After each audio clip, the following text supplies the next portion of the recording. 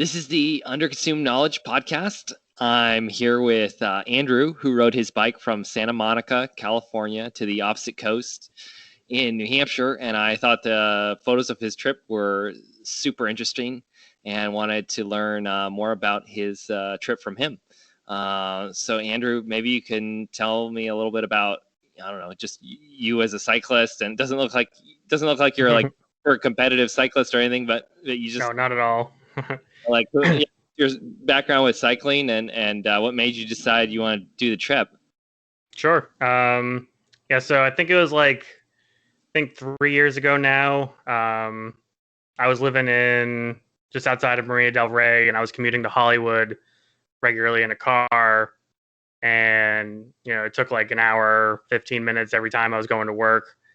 And I'm like, there's got to be a better way to do this because it was just so draining on me. And then I ended up buying an e-bike and using that to commute to Hollywood and realized that it was faster than driving. And eventually I started there's one more trip that I had regularly, and that was to a bowling alley in Gardena. That was after I moved to Santa Monica. And I biked, I had a bowling league essentially every Thursday, and I managed to bike with my bowling gear to Gardena, using this electric bike. But it was so that's the last thing. I don't need a car anymore.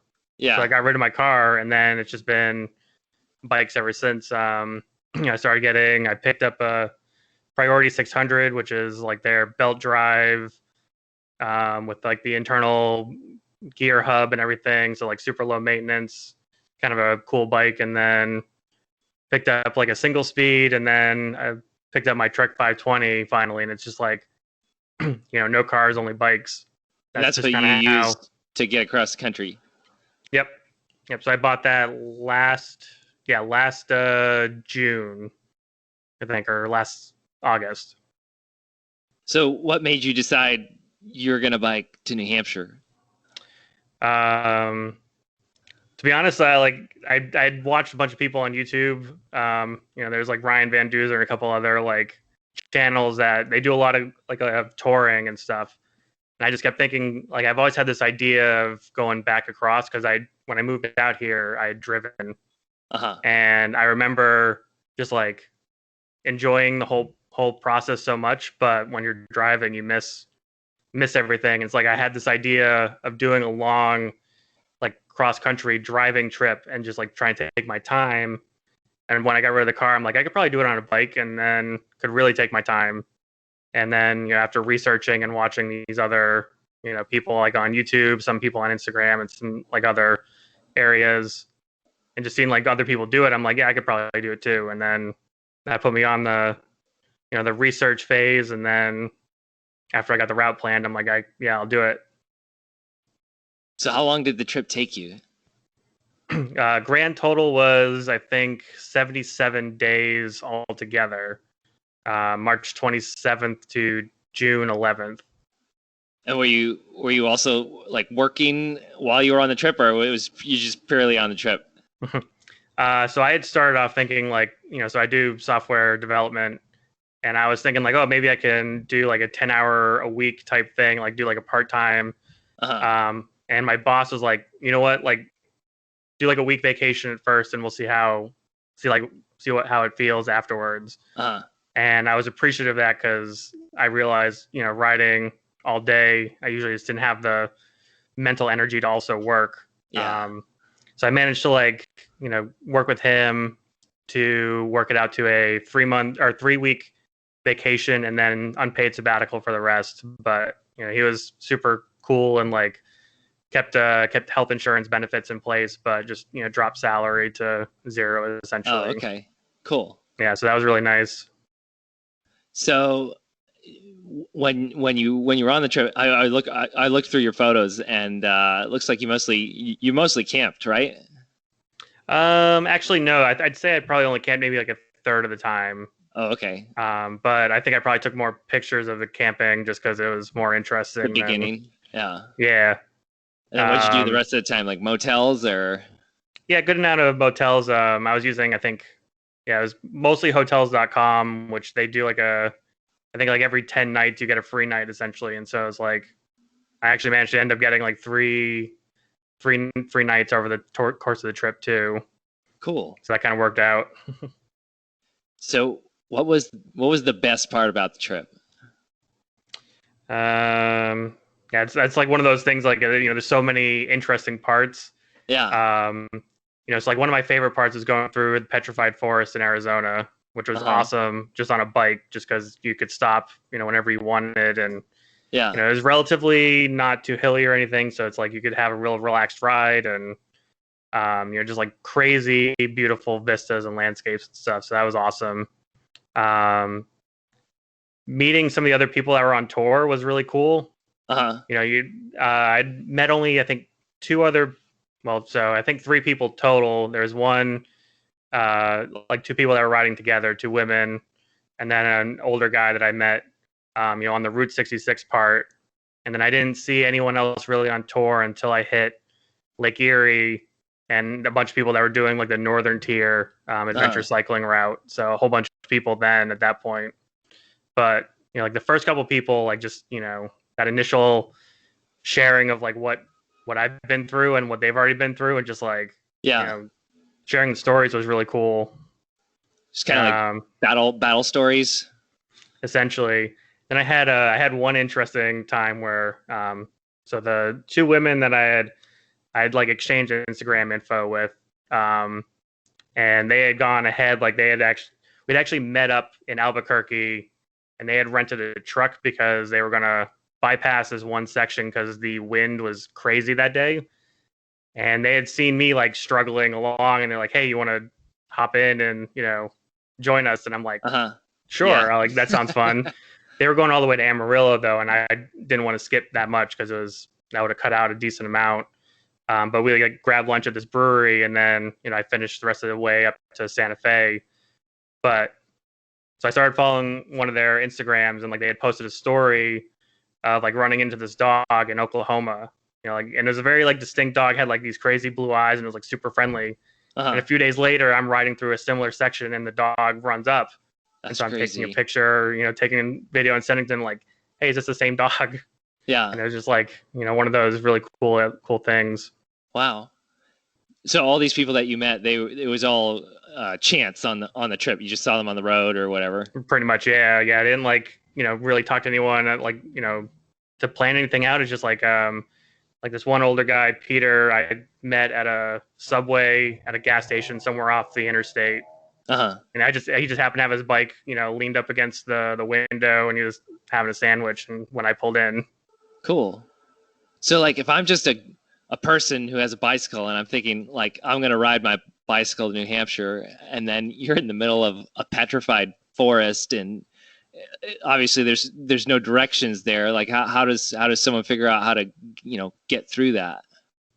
um, so like basically I had like a nice rhythm going of essentially every night I'd plan out pretty much at least the next day in terms of routing.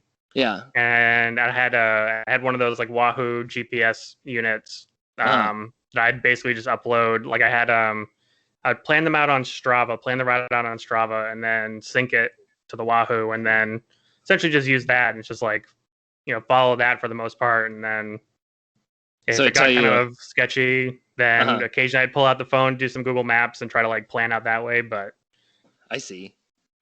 yeah, I think it only got me into trouble like twice. Where it's like you should go down this road, and I'm looking at the road, which is it's a gravel road, but it's gravel in terms of like there are rocks, Uh-huh. and it is not like a Not bikeable a. road. So would you have to go back? Sometimes I could just like if I pulled out Google Maps, I could look and just see like, okay, maybe if I ride another like mile and a half, I can bypass this section, because usually they'd be like cut throughs or something. I saw a lot of those in like Missouri and stuff where Uh-huh. they'd be like farm roads essentially that Strava might be like, yeah, you should go on this road, and I'm like, Uh-huh. nope. Did you did you have any incidents where someone was like, "Get off my lawn"? Luckily, no. I didn't have any real issues like that. Feel like it's crazy. Like I think I only had maybe like 8 or 9 incidents with like any like drivers or anyone that kind of like gave me trouble. Uh-huh. A couple like close passes. I had like one crazy person in New Mexico came flying up behind me, laying on the horn and yelling. There's one guy in Indiana who did I don't know if there's like a verb for it, but roll coal with like diesel trucks. Yeah. So one guy who did that at me, which was kind of crappy, but I had like, my mask with me since it was still kind of pandemic. Yeah. Was still like in full swing. So I just put that on and kept riding. But so that brings me to another question that I had. I was curious what your impressions were of cycling infrastructure by state. I presume it varies quite a bit. Well, yeah. So like I would say if you're looking at like the adventure cycling routes, Route 66 is probably not a good starter one. Just because there's a lot of it that was it was on interstates. I rode I-40 for most of it, and like the shoulder was wide enough, and so it's like it wasn't that bad, but I had a lot of flat tires because of blown out truck tires and stuff, and they have those steel threads, and doesn't matter what type of tires you have. I had the holy grail of the Schwalbe marathons that everyone sings the praises about, but yeah, I still was getting flats with those. So that had a tube in it? Yeah. I wasn't doing so. I think if I had tubeless, it might have saved me a couple times, but it's hard to say because I like that through that section. I had a lot of flats, but I mean, I would say like most of the time there wasn't really anything in terms of cycling infrastructure until I got to Missouri and did the Katy Trail. I think that was like the first time that I was like off of a main. I mean, aside, I guess, from going through Los Angeles, because Sunset has at least a bike lane. Yeah. Riding through Santa Monica, there's some bike lanes and stuff. So it's like, past that though, I mean, not a whole lot. No. Interesting. Yeah, I mean, like my second day was going up through, and I always have to remember how to pronounce it. The Cajon Pass. I think that's it. San Bernardino Mountains. So it's like, I'm riding up the side of I-15 on a bicycle, except that I think it was like 6% average grade for 9 miles in a lot of places. And that was before I dumped a bunch of gear. So my bike was the heaviest it was. I hadn't really trained up. And so I was actually walking for a good amount of that. Wow. How do people know if the section of road they're allowed to bike on it? Is it just from the researching the routes and knowing where it's okay, or? Yeah. So, I mean, from what I've seen, like interstates, it's sometimes okay, mostly in the west or like northwest areas, if there's no other way to get around. And I think basically once you've hit probably around like the eastern Oklahoma, or I think basically like Oklahoma is where it starts being like you can't ride on interstates, but there's usually frontage roads that are paralleling the interstates. I see. But yeah, I think like adventure cycling did work with like some of the DOTs and states to like make it okay to ride on the interstates. Yeah. Interesting. So maybe you already touched on it, but like, what do you think was the worst part about the trip? I had 2 mechanicals that I realized I brought essentially the wrong spare parts for, and I ended up stranding myself twice. Once on the side of I-40 outside of Needles, like about 20 miles, because I was having a flat all day and I had brought Schrader valve tubes and my rims were Presta valve. And so could not get the tubes in and couldn't get the tube that was going flat patched. So I was basically stuck, and I had to call a towing company in Needles and convince them to come like send someone out to rescue me essentially. And that was fairly sketchy because again, side of the interstate, bicycle. I think I was on a section I wasn't supposed to be riding on too. I think I had seen like a sign that was like cyclists need to exit here, or like, no access or whatever. But I'm like, I was already having the flats all day, and I'm like, I need to get there as fast as possible because I think the actual route, like, went all through this kind of like way more remote area. Yeah. So like that was probably a better thing. Luckily I stayed on the interstate, but yeah, there was that part. And then I snapped my chain in Missouri and realized I brought 10-speed quick links for my 9-speed chain. So I couldn't get that fixed either. So yeah, like my pro tip is carry like at least $100 or $200 bills somewhere buried in your panniers. Because you can probably convince someone to help you out with that, if they won't otherwise. Yeah. And then you also had a frame crack, right?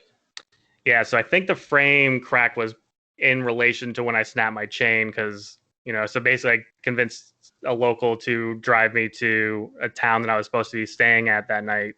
And then, like the bed of his truck was like not really set up with any anchor points. So, the tie down job to put the bike in was not ideal. And I think that's where the frame crack happened.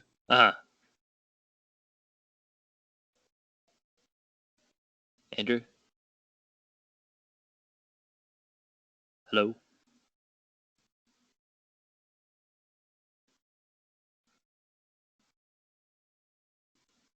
Andrew?